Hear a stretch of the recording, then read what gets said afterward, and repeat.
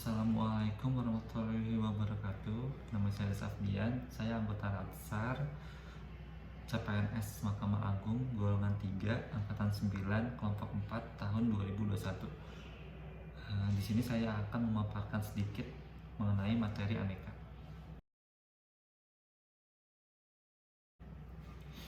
Yang pertama adalah akuntabilitas.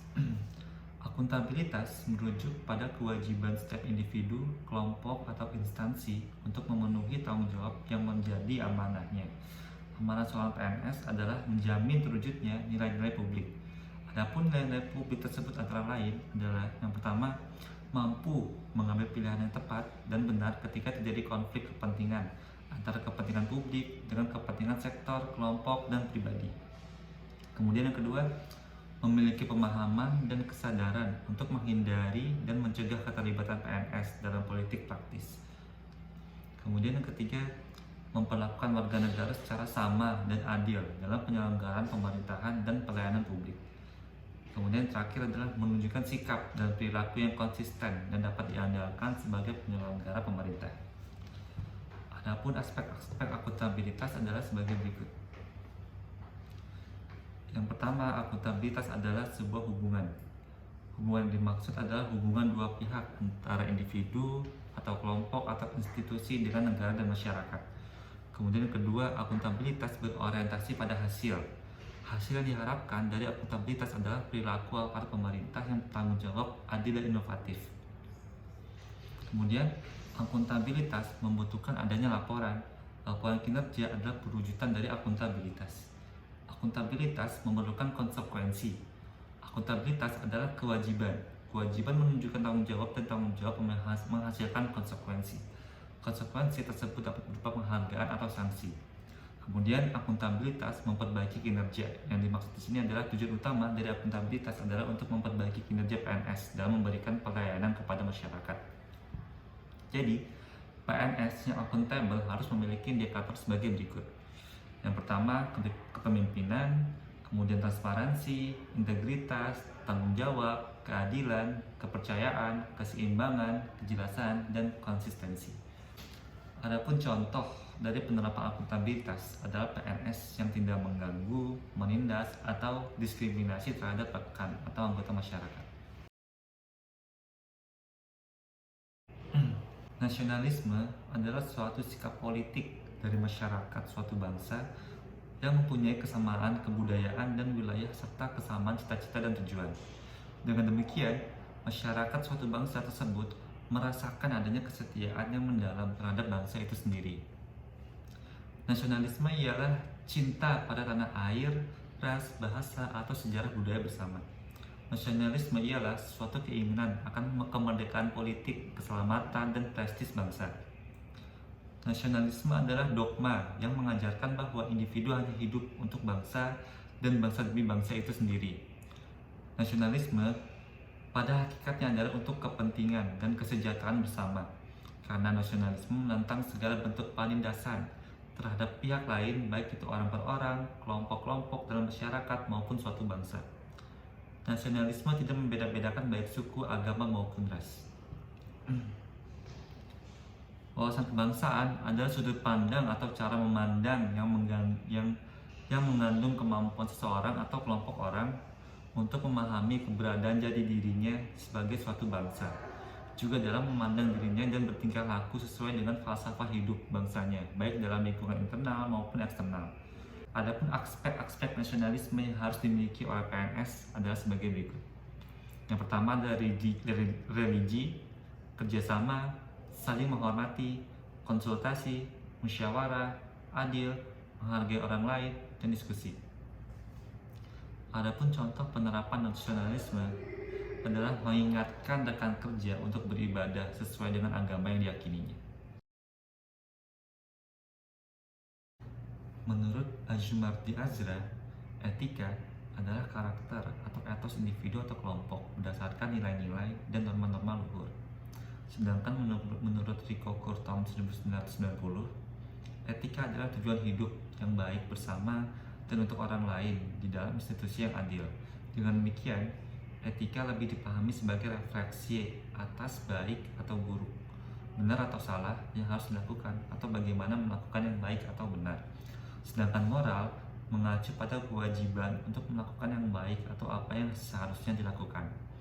Dalam kaitannya dengan pelayanan publik, etika publik adalah refleksi tentang standar atau norma yang menentukan baik atau buruk, benar atau salah perilaku, tindakan, dan keputusan untuk mengarahkan kebijakan publik dalam rangka menjalankan tanggung jawab pelayanan publik.